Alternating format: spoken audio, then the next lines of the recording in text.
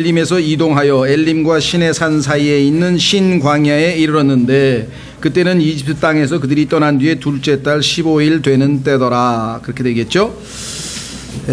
우리가 엘림에 오기 전에 있었던 장소가 마라였습니다. 마라, 쓴 물이 있었던 지역이었죠. 마라, 쓴 물이 있었던 지역에서 아주 달콤한 아주 휴식이 있는 엘림에 이르렀는데, 그럼 엘림에만 계속 머물러 있고 그 다음에 안 움직이는가? 그렇지 않죠. 그 다음 여정이 있습니다. 그래서 가나안까지 목적지가 있기 때문에 계속 가는 그 순례자인데, 문제는 항상 좋은 여건만 주어지는 것은 아니죠. 이 신광야라 그랬는데 우리말로야 뭐 신광야 그러면 신인가 보다 그러는데 영어로는 이게 어감이 좀 이상하죠. 신하면 이게 죄인데 관련이 있는 건지 안 있는 건지, 이거는 하여간 지명 이름입니다만은, 근데 상황을 보니까 죄를 짓네요. 신광야에서. 네. 신광야에서 이스라엘 백성이 죄를 짓고 맙니다. 자, 마라만 있는 게 아니고 엘림만 있는 게 아니고 그 다음이 있습니다. 그래서 우리의 인생에서는 계속해서 우리가 쉽게 얘기하자면 좋은 일과 나쁜 일이 반복해서 일어납니다. 그렇죠? 이건 하나님 말씀에 명백하게 기록되어져 있습니다. 한번 확인해 보겠습니다. 전도서 3장. 전도서 3장으로 가면 이 땅에 사는 모든 사람은 여러분과 제가 그리스도인이더라도 또 성령 충만한 그리스도인이라도 이 땅에서는 아직도 죄가 있고 우리 몸 안에도 죄가 있고, 예수 그리스도께서 오셔서 새하늘과 새 땅을 이루기까지는 눈물이 있을 수가 밖에 없고 어려움이 있을 수밖에 없습니다. 전도서 3장에 보면 그 유명한 말씀이 있죠. 1절부터 보시면 하늘 아래 모든 일에는 시기가 있고 모든 목적하는 것에는 때가 있도다. 날 때가 있고 죽을 때가 있으며, 날 때와 죽을 때 사이에서 모든 일은 벌어지고 있죠. 그래서 어떤 사람들이 연세가 어떻게 되시나요? 그러니까 내가 한 60년 살았어. 그런데 사실은 60년을 죽어온 거죠. 사는 게 아니라 60년을 죽어온 거잖아요. 계속 죽어가지고 하루하루 죽어가면서 이제 80을 산다 그러면 20년밖에 안 남은 거잖아요. 그렇죠? 그래서 프랑스의 한 유명한 의사가 삶이 뭐냐 그랬더니 삶은 죽음이다 라고 하는 유명한 정의를 내렸다고 하는데요. 그것이 죄가 관영하고 있는, 죄가 존재하는 이 세상의 모순입니다. 그렇죠? 그래서 여기 지금 모순이 나오잖아요. 날 때가 있으면 계속 살아야 되는데 죽을 때가 있다. 심을 때가 있고 심은 것을 뽑을 때가 있고, 식목일에 잘 심었는데 그렇죠? 하여간 뭐 벌레가 났든지 뭔 일이 벌어져서 하여간 뽑을 때가 또 있다. 그렇죠? 그 다음에 죽일 때가 있고 고칠 때가 있으며 무너뜨릴 때가 있고 세울 때가 있고, 이렇게 해서 14가지가 연결되어 있습니다. 14가지가 쌍으로 되어 있는데 아시다시피 14가지는 왜 그러냐면 음력으로 치면 소위 말하면 28일인데요. 이 유대인의 달력이. 그래서 하루는 좋았다가 또 하루는 나빴다가 이렇게 대조를 하다 보니까 지금 14쌍, 즉 인간으로서 이 세상에서 살면서 하는 좋은 일과 나쁜 일을 다 대조해 놨어요. 자, 전도서 7장으로 가면 왜 하나님께서는 우리 인생에 꼭 이렇게 좋은 일과 나쁜 일이 교차하도록 하셨는지 그 이유가 써 있어요. 이유를 알면 우리가 좋은 일이 생길 때는 좋은 일대로, 나쁜 일이 생길 때는 나쁜 일대로 대처할 수 있는 방법이 생기잖아요. 이유를 모르면 왜 이런 일이 나한테 생깁니까 하면서 불평밖에 더 하겠어요? 근데 이유를 알면 불평하는 대신에 뭔가 탈출구가 있다는, 그것이 하나님이 제시하시는 방법이죠. 전도서 7장 14절. 형통하는 날에는 기뻐하되, 형통하는 일, 모든 일이 잘 풀린다 이거죠. 그럴 때는 당연히 기뻐해야죠. 그렇죠? 예. 그러나 역경을 당하는 날에는 깊이 생각하라. 왜 이런 일이 나에게 일어났을까? 원인이 있겠죠? 예, 명백하게 원인이 있을 수 있어요. 아, 이건 내가 분명히 하나님을 고의로 어겨서 죄를 지어서 하나님이 나를 매를 때리는 것 같다. 딱 드러날 수도 있고, 아, 이건 하나님 앞에 잘못한 것도 없는 것 같은데 이거 왜 이런 일이 벌어지지? 뭐 이럴 때도 있을 것이고, 하여간 깊이 생각하라 이거죠. 깊이 생각하라. 하나님께서 또한 이것과 저것을 마주보게 두신 것은 역경과 형통과 역경이 마주보면서 교대로 일어나는 이유는 뭐냐? 사람이 자기 뒤에 일어날 일을 찾지 못하게 하려 하심이로다. 전적으로 하나님만 의지하고 살라 이 말이에요. 아무리 좋은 일이 있다가도 나쁜 일이 생길 수 있고, 아무리 빠져나갈 구멍이 없는 것 같지만 하나님이 길을 열어주시면 나가는 거고, 하나님만 의지하고 살아가게 하기 위해서 그랬다 그랬습니다. 자, 신약에서는 그러면 이 상황에 대해서 어떻게 해석하고 있는가? 야고보서로 가면 동일한 이야기가 나옵니다. 신약에 있는 그리스도인들에게도 동일한 원칙이 적용이 되는 거죠. 그러니까 소위 말하는 만사형통 신학이라고 하는 것은 성경적으로 해당되지 않습니다. 만사형통이라고 하는 것은 굳이 설명하자면 하나님께 모든 것을 의지할 때, 그렇죠? 그게 어떤 의미에서는 만사형통이지만 항상 좋은 일만 나에게 생긴다, 그런 뜻은 아닙니다. 야고보서 5장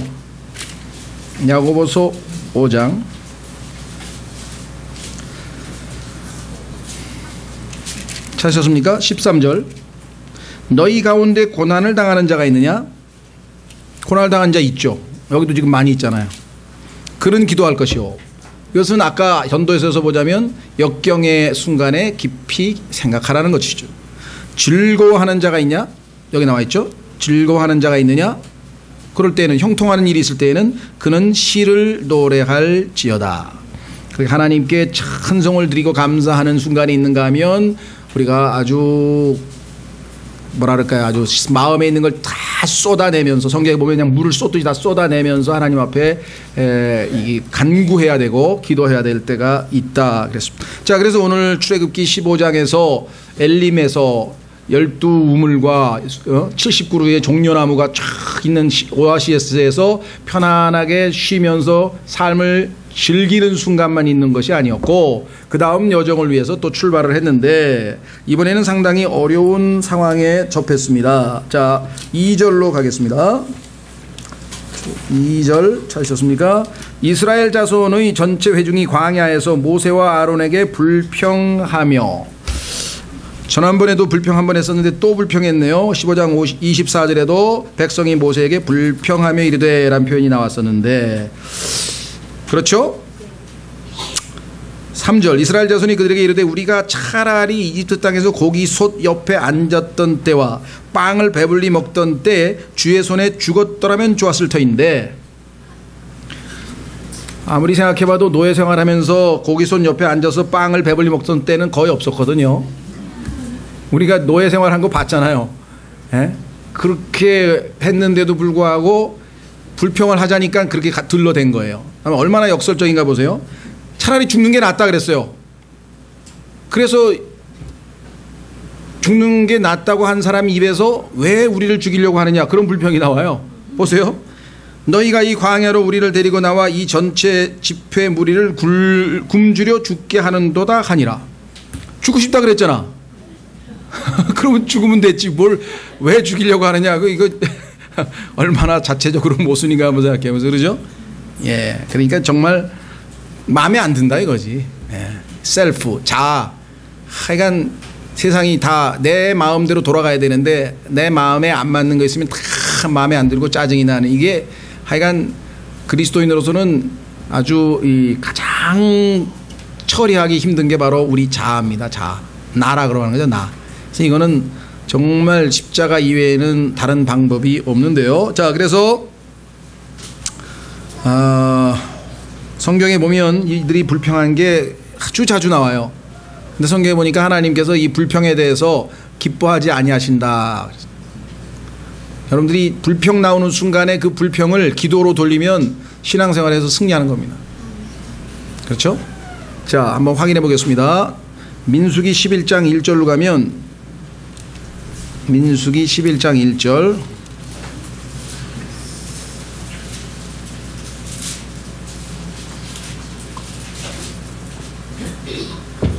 백성이 불평하니 주께서 그것을 기뻐하지 아니하시니라.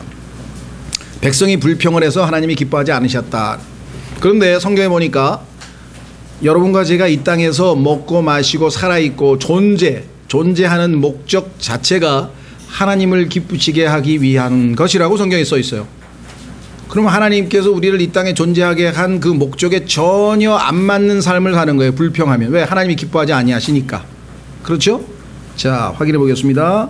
요한계시록 4장으로 가시면 이 요한계시록 4장 말씀은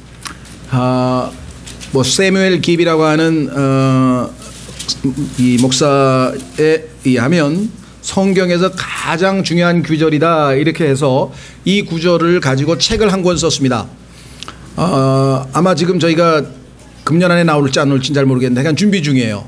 이 책을 지금 번역은 아마 거의 이제 돼서 이제 교회를 편집하고 있는 중일 것 같은데 책 제목은 주를 기쁘게 하시기 위하여 뭐 그런 거죠. For His pleasure 이런 말을 썼는데요. 한번 확인해 보겠습니다.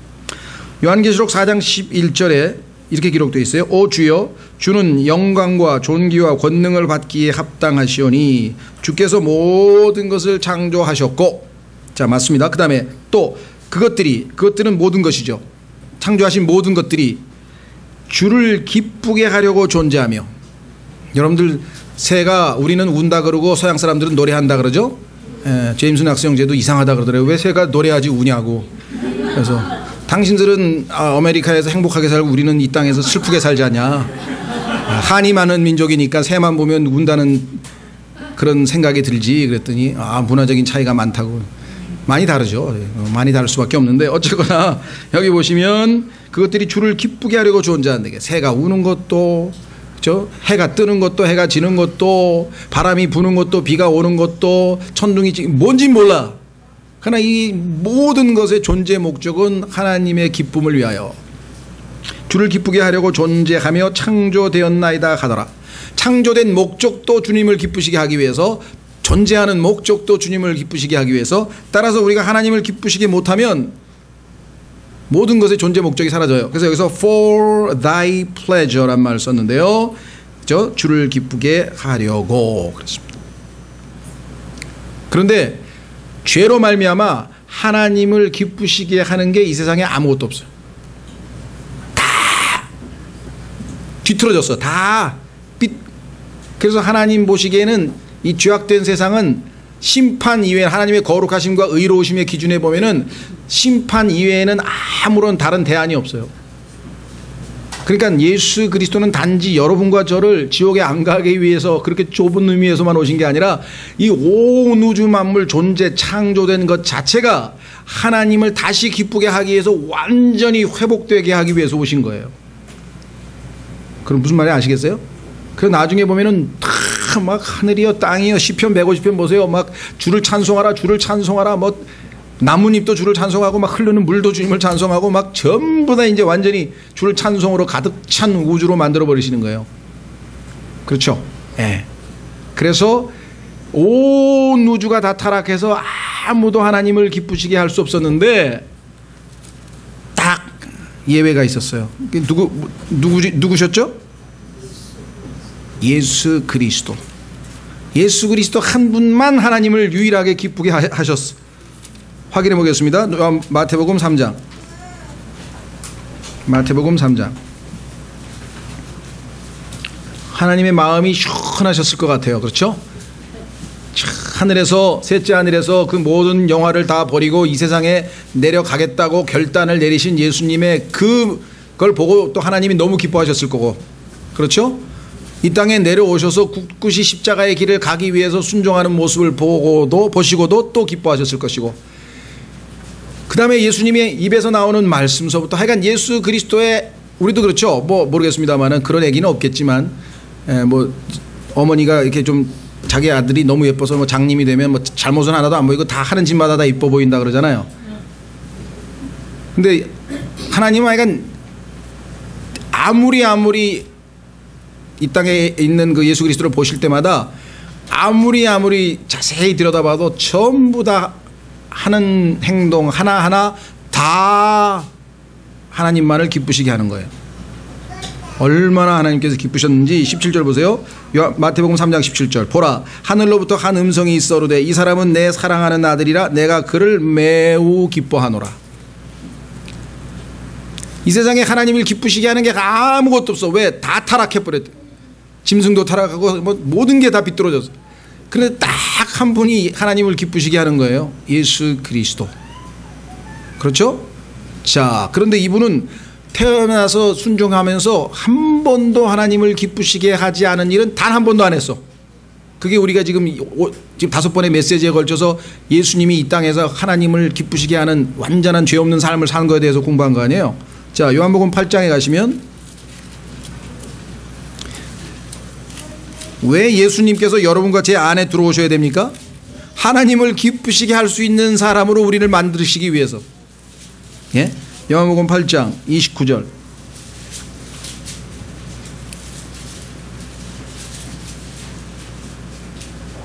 하루를 살고 나서 하나님 앞에 탁 물어보세요. 하나님, 오늘 24시간 동안 몇 분이나 저를 보시고 기뻐하셨는지요? 그거가 계산이 되는 거야. 하나님 앞에 딱. 오늘은 30분 정도밖에 안 됐네. 그럼 23시간 30분은 하나님을 기쁘시게 못했구나. 아, 그게 이제 1시간, 2시간, 3시간 막 더 늘어나야 되겠죠. 그렇죠? 성령으로 충만하면서 막 불평이 나올 때 감사로 기도를 하면서 막 바뀌어. 6시간, 7시간 막 늘어나. 그게 신앙 성장이에요. 어렵게 생각하실 거 없어요. 그렇죠? 우리 아들이 바뀌었어요. 요즘엔 어떻게 이렇게 말을 잘 듣는지, 막 엄마를 더 기쁘게 하는지. 하나님도 기대하시는 게 그것뿐이에요. 자, 요한복음 8장 보세요. 29절. 요한복음 8장 29절. 나를 보내신 분께서 나와 함께 하시는도다. 내가, 그 다음에 뭐라 했습니까? 항상 슬프거나 기쁘거나. 예수님도요, 괴로울 때가 있고 배고플 때가 있고 굶주릴 때가 있고 졸리실 때가 있고 짜증나실 때가 있고 뭐 똑같아. 우리하고 인간하고 똑같이 사셨어. 근데 한 번도 하나님께 짜증을 내거나 불평을 하거나 뭐 입이 삐죽 튀어나오거나 그런 일이 없어요. 여기 나왔잖아. 항상 아버지를 기쁘게 하는 그것들을 행함으로 그분께서 나를 혼자 버려두지 아니하셨느니라 하시니라. 자, 17장으로 갑니다. 마태복음. 예수님께서 침례를 받으시면서 하나님께서 너무 기뻐서 하늘에서 소리를 지르신 거야. 너무 기뻐서 참으실 수가 없어. 내 사랑하는 아들인데 내가 그를 기뻐한다. 너희들이 나를 기뻐하기 위해서 존재하는 줄 아느냐? 그러려면 내 아들처럼 되라. 내 아들처럼 될 수 없으니까 어떻게 해요? 우리는 믿음으로 그분을 영접해야지. 받아들이고 그 다음에 그분을 믿음으로 살아가야지. 마태복음 17장. 마태복음 17장. 변형산 사건이 있었죠? 예, 변형산에서 하나님께서 갑자기 또 그런 말씀을 하십니다. 뭐라고 하시나 보세요. 5절. 이것도 하늘에서 들려오는 초자연적인 음성입니다. 그가 아직 말할 때 보라, 빛나는 구름이 그들을 덮나니 보라, 그 구름 속에서 한 음성이 나서 이르되 이 사람은 내 사랑하는 아들이라 내가 그를 매우 기뻐하노니. 아까하고 똑같이. 그런데 이번에는 하나 더 붙였어요. 뭐? 너희는 그의 말을 들어라. 하나님께서 여러분 부모님이 여러분에게 기대하는 건 딱 하나뿐이에요. 말 잘 듣는 거. 하나님도 딱 하나뿐이야. 그런데 하나님의 말씀이신 예수님의 말을 들으면 되는 거야. 예수님 그의 말을 들으라. 그렇죠? 그거 이외에 하나님께서 여러분과 저에게 무슨 기쁨을 얻으시겠냐. 그렇죠? 자, 하나님을 기쁘시게 하면요, 하나님께서, 우리도 그렇죠. 자식들이 부모님을 너무 흐뭇하게 막 기분 좋게 하면은 뭐 달라 그러지 않는데 막 줄라 그러잖아요. 요한 1서 3장. 그러니까 어떤 분들은 기도 열심히 하는 거 좋습니다. 그런데 하나님을 기쁘시게 하는 게 아니라 슬프게 하는 짓만 골라서 하면서 기도는 또 열심히 한다. 이건 좀 모순되잖아요. 그 기도는 거의 자백 기도밖에 없겠지. 오늘도 자백하옵나이다. 오늘도 자백하옵나이다. 그래도 그거라도 하면 좋죠. 하나님 죄송합니다. 실컷 잘못하게 해놓고 기도도 안 하고 죄송합니다 말도 한마디도 안 하고 그거 정말 점점 마음이 강팍해질 텐데. 요한 1서 3장으로 가시면 보세요. 22절. 요한 1서 3장 22절. 자 보세요. 21절부터 사랑하는 자들아, 만일 우리 마음이 우리를 정죄하지 않는다면 우리가 하나님을 향해 확신을 갖고 무엇이든지 우리가 구하는 것을 그분에게서 받나니. 구하면 다 받습니다. 이유가 있어요. 이는 우리가 그분의 명령들을 지키고 그분의 눈앞에서 기쁨이 되는 그 일들을 행하기 때문이라. 하나님을 기쁘시게 하는 일을 하면은요, 다 왜? 하나님이 기도 응답해서 뭘 들어주면 그거 가지고 하나님을 더 기쁘시게 하려고 그러니까. 그렇죠? 예. 자, 그래서 참 다시 돌아오셔서요. 이제 출애굽기에서 불평이 아니라 우리 하나님을 기쁘시게 하는 사람이 되자. 이제 내용을 쭉쭉 읽어 가겠습니다. 스토리가 아주 이미 잘 알고 있는 내용입니다. 4절 그때 주께서 모세에게 이르시되 보라 내가 너희를 위하여 하늘로부터 빵을 비같이 내리리니 백성이 날마다 나가서 정한 양을 거둘지니라. 이로써 그들이 내 법안에서 걸으려 하는지 걸으려 하지 아니하는지 내가 그들을 시험하리라. 하나님께서는 항상 우리를 한번 테스트를 해봐요. 자, 분명히 하루에 한 오멜만 일정 양만 거두라 그랬는데 더 많이 가져와 봐야 소용도 없어. 더 적게 가져와도 안 돼. 딱 하나님 정하신 양만 가져오면 돼요. 자, 그뿐 아니라 5절 여섯째 날에는 그들이 자기들이 가져오는 것을 예비할지니 그것은 그들이 날마다 거두는 것의 2배가 되리라. 여섯째 날에는 2배를 거두오면 돼.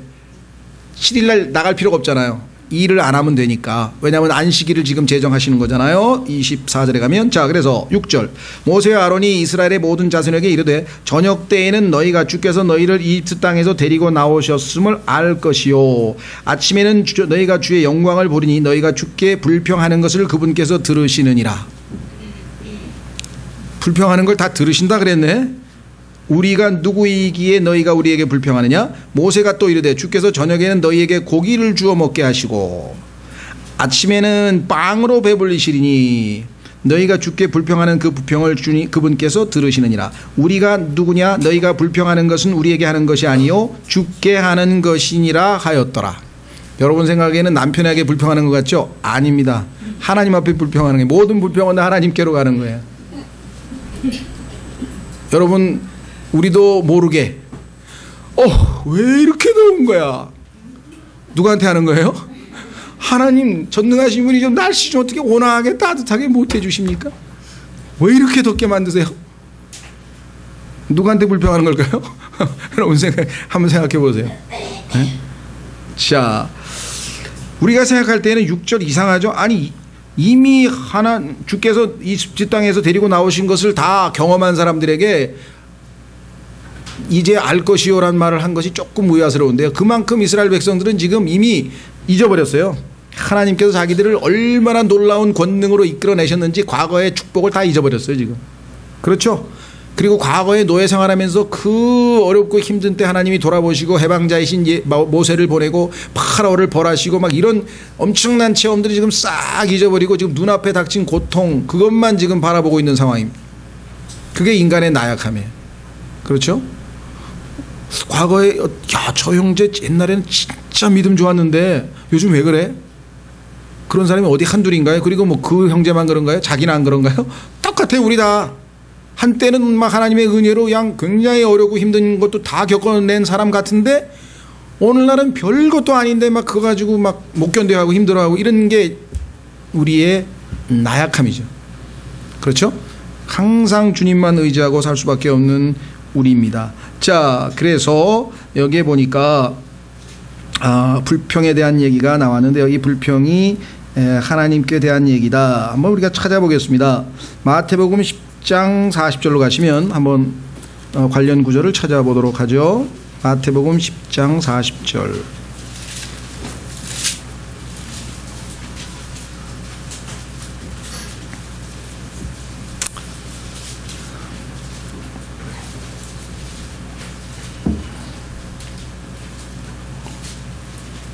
너희를 받아들이는 자는 나를 받아들이며 나를 받아들이는 자는 나를 보내신 분을 받아들이느니라.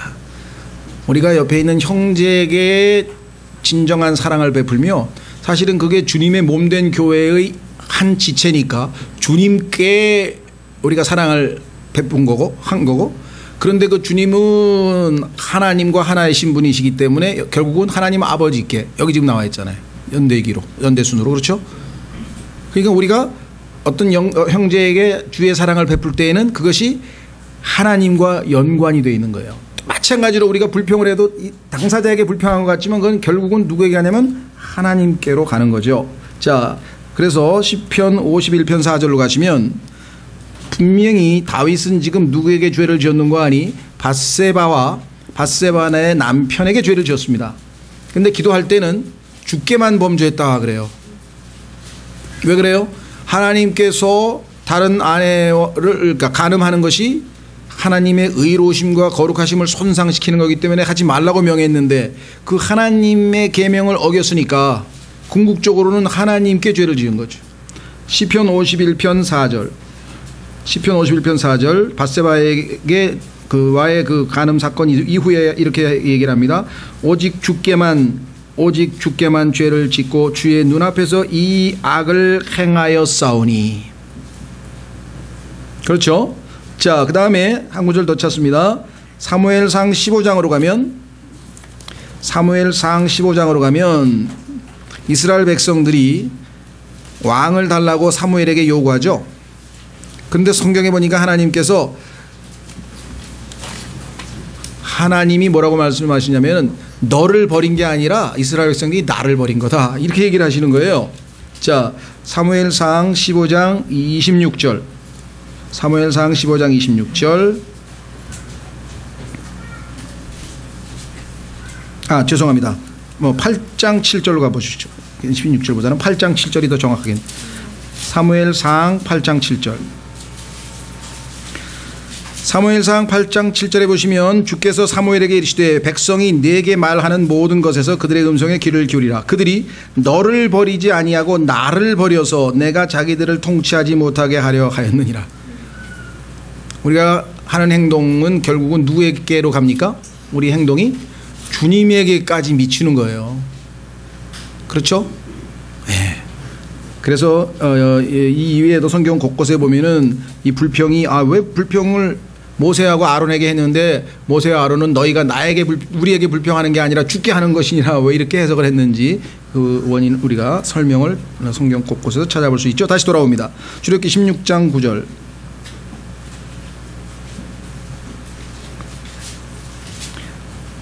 모세가 아론에게 이르되 이스라엘 자손의 온 회중에게 말하기를 주 앞에 가까이 나오라. 그분께서 너희가 불평하는 것을 들으셨느니라 하라 하매 아론이 이스라엘 자손의 전체 회중에게 말할 때 그들이 광야를 바라보니 보라 주의 영광이 구름 속에 나타나니라. 주께서 모세에게 말씀하여 이르시되 내가 이스라엘 자손이 불평하는 것을 들었노라. 그들에게 말하여 이르기를 너희가 저녁에는 고기를 먹고 아침에는 빵으로 배부르리니 내가 주 너희 하나님인 줄을 너희가 알리라 하라 하시니라. 모든 것을 책임지고 공급하시는 분이심을 다시 한번 입증해 주시겠다. 저녁에는 메추라기가 와서 진영을 덮었고 아침에는 이슬이 군대의 사방에 깔려있더라. 깔려있던 이슬이 올라가니 보라 광야의 표면에 작고 둥근 것 즉 땅 위에 내리는 흰 서리같이 작은 것이 깔려 있었으므로 이스라엘 자손이 그것을 보고 그것이 무엇인지 알지 못하여 서로 이르되 이것은 만나라. 이게 뭐냐 라매 모세가 그들에게 이르되 이것은 주께서 너에게 주어 먹게 하신 빵이라 하니라. 자, 그래서 여기 보면 이 만나에 대한 얘기가 지금 언급이 되어 있는데 성경에 보면 이 만나라고 하는 것은 지금 보니까 여러 가지 설명이 나와 있어요. 여기 지금 요것들 한번 좀 이따 찾아보고 성경에 보니까 만나가 재료가 나와 있어요. 만나의 재료가. 성경에 보니까 만나를 뭐로 만드셨나 그랬더니 성경에 보니까 한번 확인해 보겠습니다. 시편 74편 14절. 시편 74편 14절에 보면요 깜짝 놀랄 얘기가 기록되어 있어요. 만나는요 하나님의 요리 재료가 기가 막혀요. 인간은 달팽이 요리도 먹지만 하나님께서는 더 이상한 요리를 주셨네.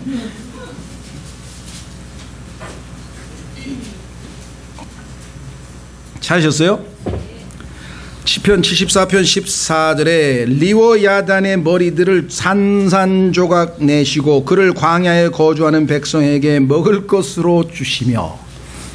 리워야단, 이사야서 27장에 보니까 리워야단은 구부러진 뱀, 구부러진 옛뱀 마귀, 그 머리들을 하나님께서 가면서 우리는 소머리 국밥이 있는데 이건 리워야단 머리 국밥은 아니고 이건 뭐라고 해야 되나? 그렇죠? 78장 25절. 그런데 이거는 원래는 사람에게 주는 게 아니에요. 사람이 먹는 음식이 아니라 천사들의 음식이에요. 천사들의 음식. 그런데 이스라엘 백성에게 줬어. 하나님께서 하늘에서 내려서 그러니까 그거 조금 빵 비스켓 한 서너 개만 먹어도요 그냥 우주 음식보다 나 그냥 에너지가 광야에서 막 에너지가 솟구치나 봐. 특별 음식이었대. 건강식품, 최고 건강식품이었나 보죠. 78편 25절. 나오죠? 이스라엘 백성들이 24절부터 보시면요. 23절부터 그럼에도 그분께서 하나님을 불평하고 신뢰도 안 한 사람들에게도 그럼에도 불구하고 하나님께서 위로부터 구름들에게 명령하시며 하늘의 문들을 여시고 그들에게 만나를 비같이 내려 먹게 하시며 하늘의 곡식을 그들에게 주시매. 이게 땅에서 나오는 게 아니야. 재료가 하늘에서 나오는 재료를 줬어. 그런데 25절 사람이 천사들의 음식을 먹었으며 그분께서 그들에게 먹을 것을 풍족하게 보내셨도다. 그래서 그 27절에 보면은 또 그들 위에 티끌처럼 고기를 비같이 내리시고 깃털 가진 날짐승을 바다의 모래같이 내리사. 29절 이처럼 그들이 먹고 충분히 배불렀나니 그분께서 그들이 원하는 바를 그들에게 주셨도다.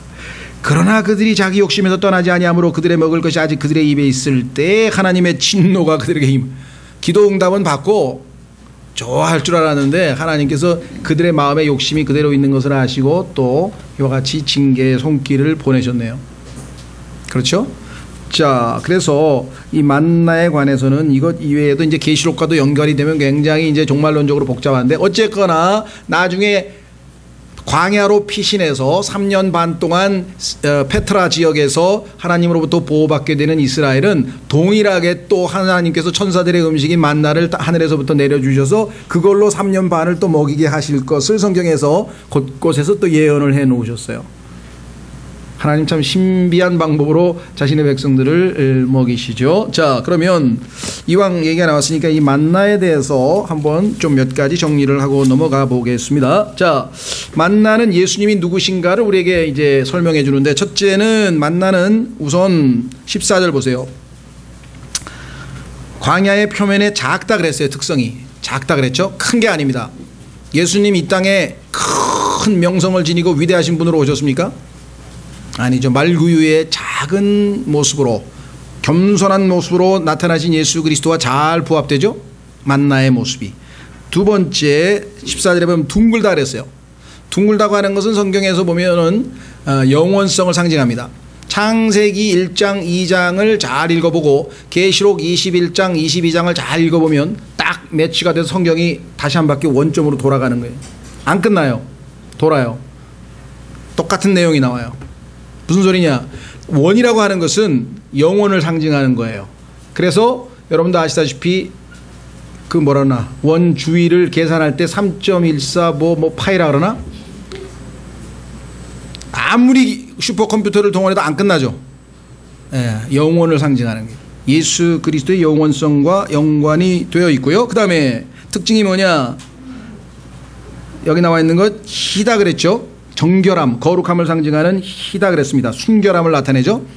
그래서 흰 비둘기와 검은 가마귀가 창세기 8장에 등장하죠. 그래서 흰이라고 하는 것은 항상 예수 그리스도와 관련되어 있고 검은 하면 마귀와 연관이 되어 있죠. 자, 그 다음에 달다 그랬죠. 어디 나와 있나요? 31절에 가면은요 설명을 할 때 이스라엘 집이 그것의 이름을 만나라 하였는데 그것은 고스풀씨같이 희고 그것의 맛은 꿀로 만든 과자 같았더라. 달콤한 꿀로 되어져 있습니다. 예수 그리스도께서는 참으로 하나님의 그 달콤함 선하심을 우리에게 맛보이게 하시는 그러한 분이심을 우리가 알 수가 있죠.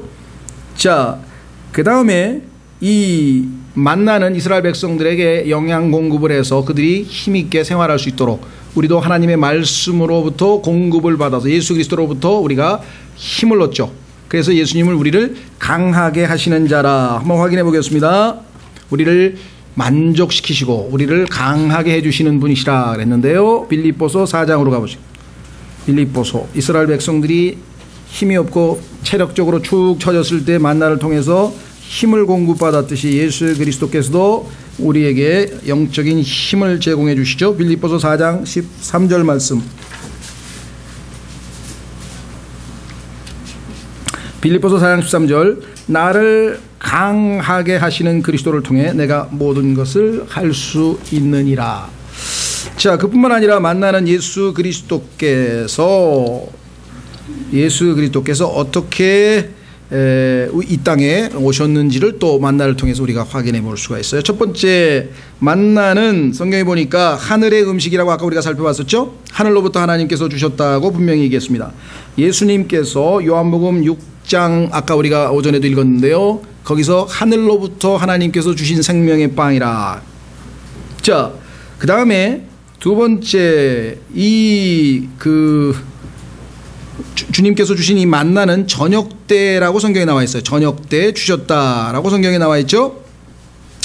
그런데 예수 그리스도께서 우리가 이 땅에 어떤 때 왔습니까? 이 세상에 있는 모든 인간들이 다 죄로 말미암아 어둠의 왕국에 갇혀 있을 때 오셔서 하나님의 빛의 왕국이신 아들의 왕국으로 옮기셨다 그랬죠.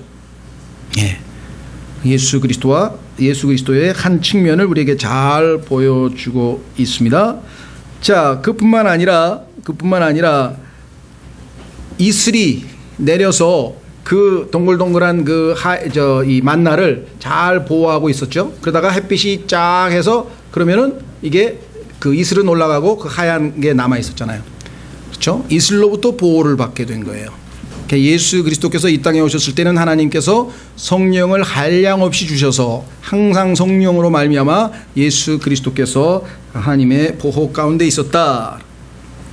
이것 이외에도 우리가 만나와 관련지어서 예수 그리스도께서 이 땅에 오실 때 마치 만나가 광야에서 하나님으로부터 공급받았듯이 이 땅의 모든 광야에 거하고 있는 그리스도인들에게 하나님께서 예수 그리스도를 양식으로, 영적 양식으로 공급해 주신다. 그렇죠? 자, 그러면은 이 만나와 우리 그리스도인들과의 관계를 보면 우리는 배가 고파야 뭘 먹죠. 그렇죠? 그러니까 이스라엘 백성도 지금 배가 고픈데 먹을 게 없어서 지금 불평을 해서 하나님께서 주시는 거 아니에요.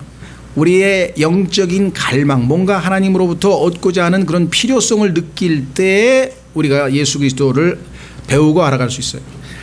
마음에 없는데 아무리 정보를 주고 아무리 성경을 가르치고 해도 그 사람이 마음 문이 닫혀 있는 경우에는 소용이 없는 거예요. 필요를 느끼느냐 안 느끼느냐, 이게 아주 중요한 것일 수가 있죠. 그래서 성경에도 보면은 여러분 잘 아시는 것처럼 베드로전서에도 그 디자이어란 말을 썼죠. 순수한 말씀의 젖을 사모하라. 사모함, 필요함이 있는 것이겠죠. 그리고 만나는 이 광야에 있지만 가서 쳐다만 본다고 우리가 배부를 수 없습니다. 만나를 얻으려면요 어떻게 해야 됩니까? 우선 땅에 떨어져 있잖아요. 굽혀야 돼요. 자세를 낮추고 그거를 집어가지고 집에 가서, 여기 보니까 몇 가지 방법이 나오냐면 출애굽기 16장에 빻기도 하고 그 다음에 어디 나오나 여러 가지 사용 방법이 나오죠. 어디 나오나? 23절. 예, 23절 보세요. 거기에 보면은 구울 것은 오늘 아닌데. 만나를 빻기도 하고 잠시만, 이 구절이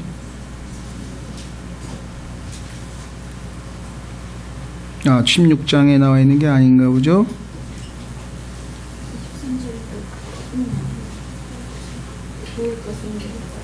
예, 구울 것은 굽고 끓일 것도 끓이고, 여기도 요리 방법이 나오네요. 하여간 여러 가지 방식으로 만들어서 먹을 수 있어요.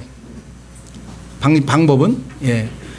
마찬가지로 우리가 하나님의 말씀을 때로는 묵상하기도 하고 암송하기도 하고 다양하게 우리가 하나님의 말씀을 통해서 우리의 모든 필요를 채울 수가 있지만, 중요한 거는 하나님의 말씀을 우리가 하나님께서 성경을 줬다고 성경을 집에 잘 모셔놓는다고 해서 되는 일이 아니다. 이게 펼쳐서, 그렇죠, 그 앞에 책을 펴서 읽고 묵상하고 실제적으로 우리에게 적용이 돼야 될 거 아니에요.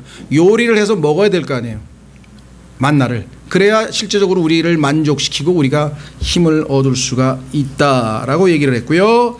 그 다음에 게으르면 만나는 얻을 수 없습니다. 왜냐하면 해가 뜨면 그 해 강한 열에 의해서 다 녹아서 없어져 버려요.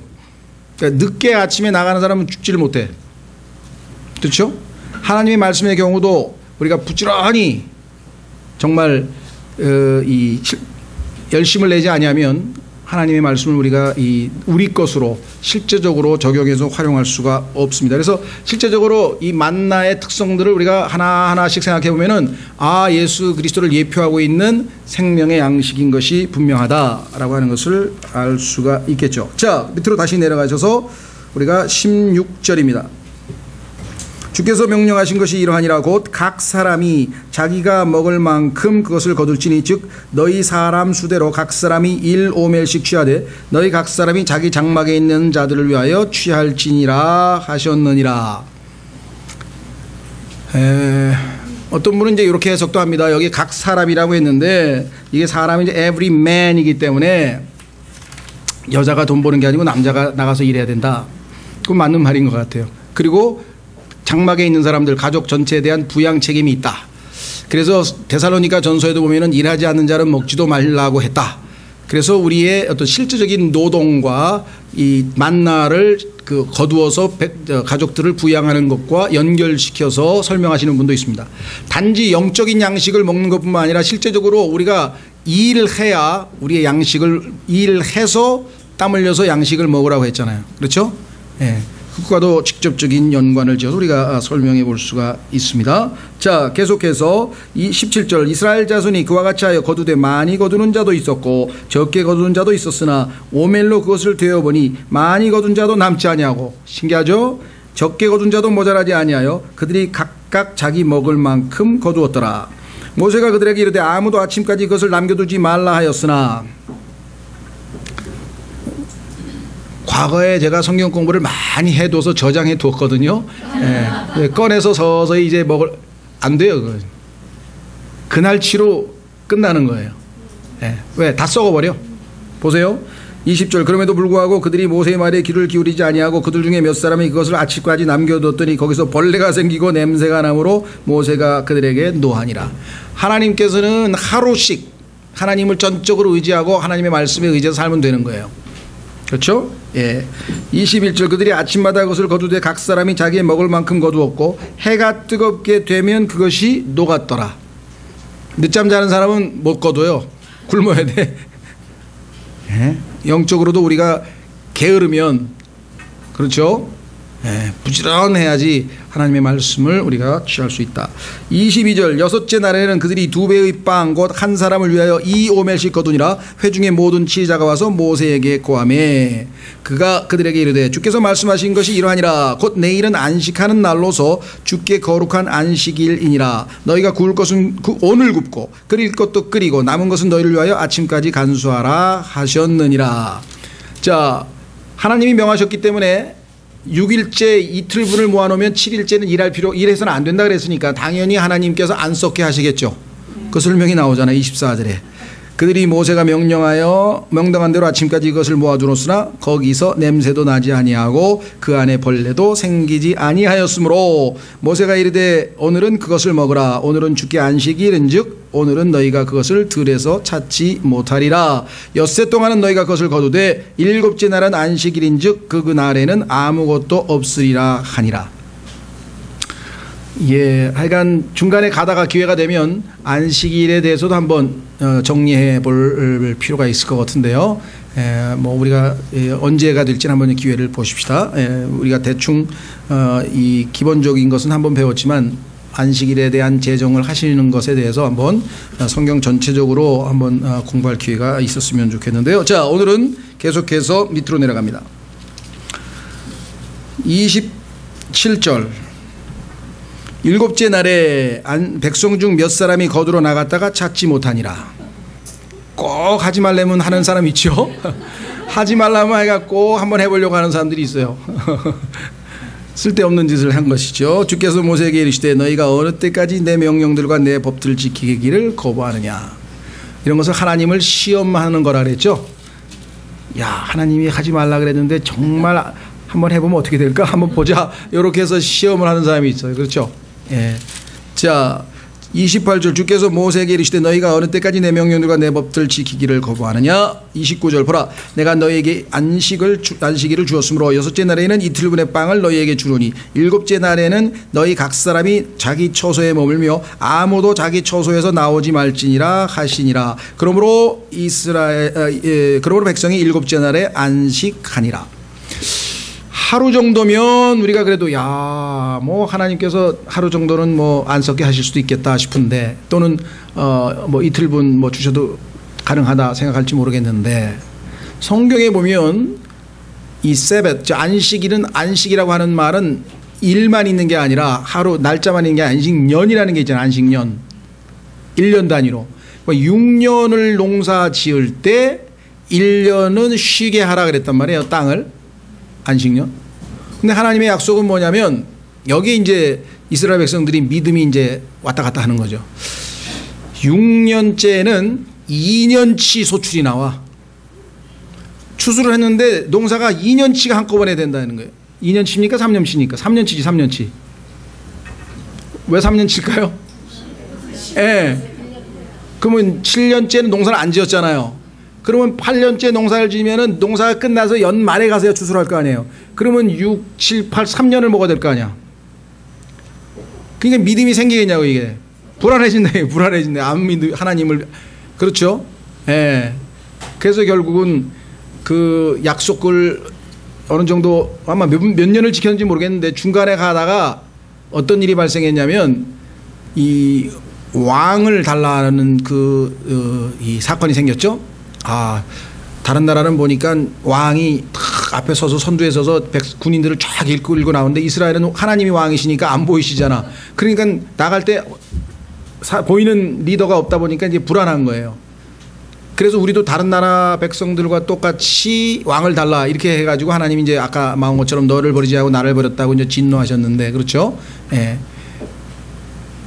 그때 결국은 왕이라고 하는 제도를 허락을 해 주셨어요. 근데 위험성, 손해가 어떤 일이 벌어지느냐. 자, 왕을 세우면 왕실이 생기고, 그러면 궁궐이 생기고, 그 밑에 신하가 있고, 그러면 이 왕실을 먹여 살려야 될 거 아니에요. 세금을 걷어서. 그러면은 이 사람들이 농사 지어서 왕에게 걷어가는 그 세금 때문에 6년째 됐을 때 불안해지는 거예요. 3년을 먹을 수 있겠는가. 그래서 안식년을 어기고 7년째 또 농사를 지었다는 거죠. 여기서부터 이제 하나님의 아주 이 진노가, 하나님은 결국은 490년 동안 이들을 용납하셨는데요. 그래서 그 유명한 이야기가 나오잖아요. 490년 동안이니까 안식년이 70번을 지금 땅이 하나님의 원래 계획대로 70년을 쉬어야 되는데 490년을 연속적으로 농사를 지었기 때문에 지금 70년 동안 쉬지를 못해서 땅이. 그래서 하나님께서 이스라엘 백성들을 70년 동안 바벨론으로 보내고 땅을 70년을 쉬게 하신 거예요. 하나님은 절대로 자기가 정하신 원칙을 바꾸거나 변화시키시는 분이에요. 어제나 오늘이나 항상 동일하신 분이에요. 그러니까 여러분들이 바꿔야지 하나님을 바꾸게 하려는 건 있을 수가 없는 거예요. 정하신 원칙 그대로 하신. 그래서 결국은 70년 동안 포로로 갔었잖아요. 그래서 그 유명한 이야기가 나오잖아요. 베드로가 내가 7번을 친구인가요? 7번을 용서하면 되겠습니까? 했을 때 어떻게 하라 그랬어요? 예, 7번씩 70번. 7년째 한 번 용서했죠? 그 다음에 용서했죠? 그러니까 70번을 계속 예수님은 용서하고. 그래서 우리가 생각할 때는 그게 어디서 나왔나 싶지만 실제적으로 거의 문자적인 얘기를 하신 거예요. 지금 490년을 예수님은 이미 백성을 용서하신 경험이 있는 거죠. 자, 다시 돌아오셔서 31절 이스라엘 집이 그것의 이름을 만나라 하였는데 그것은 고스풀 씨같이 희고 그것의 맛은 꿀로 만든 과자 같았더라. 자, 32절 모세가 이르되 주께서 명령하는 것이 이것이니 이르시되 그것은 1오멜 가득 담아 너희의 세대들을 위하여 간수하라. 이것은 내가 너희를 이 땅에서 데리고 나올 때 광야에서 너희를 먹일 때 사용한 빵을 그들이 보게 하려 함이니라 하시느니라 하고. 자, 아시다시피 이것은 지금 이 출애굽기 16장의 역사적인 실제 사건하고는 시간적으로 볼 때 많이 떨어져 있는 거죠. 나중에 한 거죠. 나중에. 자, 조심하셔야 됩니다.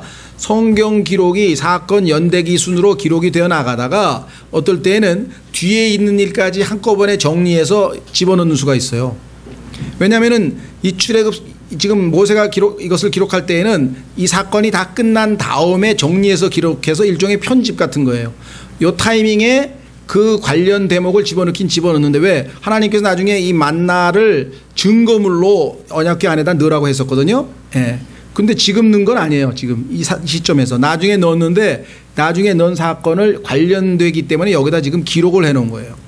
이런 얘기가 가끔 나옵니다. 그러면은 어떤 분은 성경을 읽다가 성경이 좀 모순되는 것 같다. 연대기적으로 안 맞는 것 같다. 그런 분이 나와요. 왜냐하면 아직 이루어지지 않은 일인데 이루어진 것처럼 미리 당겨서 얘기할 때가 있고 그렇죠? 이런 것들을 우리가 성경 기록의 어떤 이 기록 방법 중에 하나지 성경 자체가 모순이 되는 건 아니다. 자, 계속 납니다. 33절 모세가 아론에게 이르되 항아리를 가져다가 그 안에 만나 1오멜을 가득히 담아 그것을 주 앞에 두어 너희의 세대들을 위하여 간수하라 하매 교육용으로 그렇죠? 교육용으로 아론이 주께서 모세에게 명령하신 대로 그것을 증언 앞에 두어 간수하게 하니라.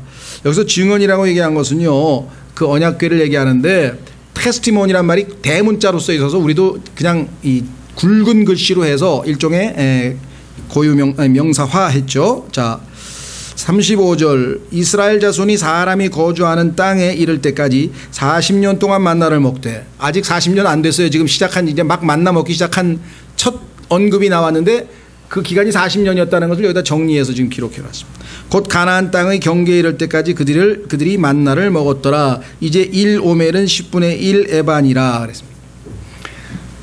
오해하지 마실 것은요. 이스라엘 백성들이 하나님 앞에 뭐 불평하고 뭐 이런 것은 오직 만나밖에 못 먹어서 아닙니다. 고기도 먹고요. 뭐 여러 가지 이스라엘 백성이 광야에서 먹은 것들 보면은요. 여러 가지 다양한 것들을 다 먹었어요. 그러니까 하나님께 대한 불만 때문에 이스라엘이 지금 그런 불평을 한 거지 뭐 만나만 딱 메뉴를 한 가지만 하나님이 주셔서 뭐 불평을 했다. 이건 전혀 오해입니다. 그래서 여러분들이 그런 오해가 없으셨으면 좋겠습니다. 자, 그래서 우리는 출애굽기 16장까지 왔고요. 다음 시간에는 우리가 출애굽기 17장의 그 유명한 반석, 오늘 우리가 배웠죠? 반석이신 예수 그리스도에 대한 공부를 하고 그 다음에 아말렉을 무찌르는 장면, 아주 영적으로 우리에게 아주 중요한 두 사건이네요. 예수 그리스도, 반석이신 예수 그리스도를 우리가 만나게 되고 그 다음에 육신을 예표하는 아말렉을 물리치는 유명한 장면이 나옵니다. 성경에서 보면은 나중에 여러분들이 쭉 읽어보니까 하나님께서 아말렉에 대해서 어떻게 평가하시는지 우리 육신과 관련지어서 공부할 수 있는 기회가 있었으면 좋겠습니다. 자, 그래서 마무리 지으면서 데살로니가 후서로 가서 한번 여러분과 제가 신약적으로 만나를 어떻게 우리가 실제적으로 우리에게 적용할 것인가, 우리 그리스도인의 삶도 실질적인 노동과 연관지어서 마무리를 한번 짓겠습니다. 데살로니가 후서 3장으로 가면은요,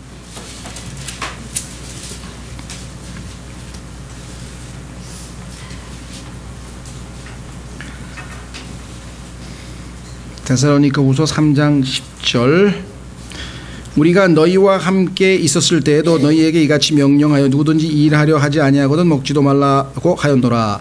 우리가 들으니 너희 가운데 질서 없이 걸으며 전혀 일하지 아니하고 참견하기만 좋아하는 자들이 더러 있다 하는도다. 이제 그러한 자들에게 우리 주 예수 그리스도를 힘입어 너희에게 명령하여 권면하노니 그들은 조용히 일하고 자기 빵을 먹을지니라. 그래서 만나도 직접 나가서 주워서, 그렇죠? 엎드려서 주워서 가져다가 요리해서 자기 것으로 삼을 수 있는 것처럼 우리가 영적으로 영적 양식뿐만 아니라 우리 그리스도인의 실제 삶도, 그렇죠? 나가서 일을 해서 노동해서 그것의 대가로 하나님께서 우리에게 빵을 먹이신다는 것입니다. 우리가 두 가지로 영적인 적용만 하는 것이 아니라 실제적으로 우리의 삶에 관련된 적용도 우리가 해보았습니다.